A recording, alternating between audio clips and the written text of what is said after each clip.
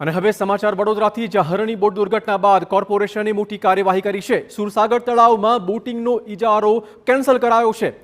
Hydro divers and engineers કંપનીનો ઇજારો રદ કરાયો છે. કોર્પોરેશન કમિશનર દિલીપ રાણાએ લીધો છે આ મહત્વપૂર્ણ નિર્ણય. દુર્ઘટના બાદ પણ અહીંયા બોટિંગ ચાલુ હતું. કોર્પોરેશન કમિશનરે તાત્કાલિક અસરથી આ કોન્ટ્રાક્ટ કેન્સલ કર્યો છે. સુરસાગર તળાવમાં 32 વર્ષ પહેલા પણ ઘટી હતી બોટ દુર્ઘટના. અગાઉ જન્માષ્ટમીના દિવસે 22 લોકોએ જીવ ખોયો હતો.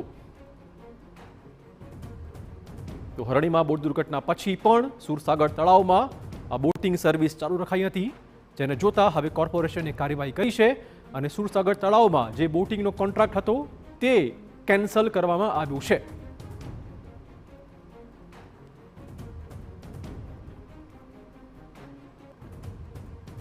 તો દુર્ઘટના બાદ તમામ તળાવોમાં બોટિંગ સર્વિસને બ્રેક મારી દેવાઈ હતી. તે છતાં પણ સુરસાગર તળાવની વાત કરીએ તો ત્યાં આ બોટિંગની સુવિધા ચાલુ રખાઈ હતી.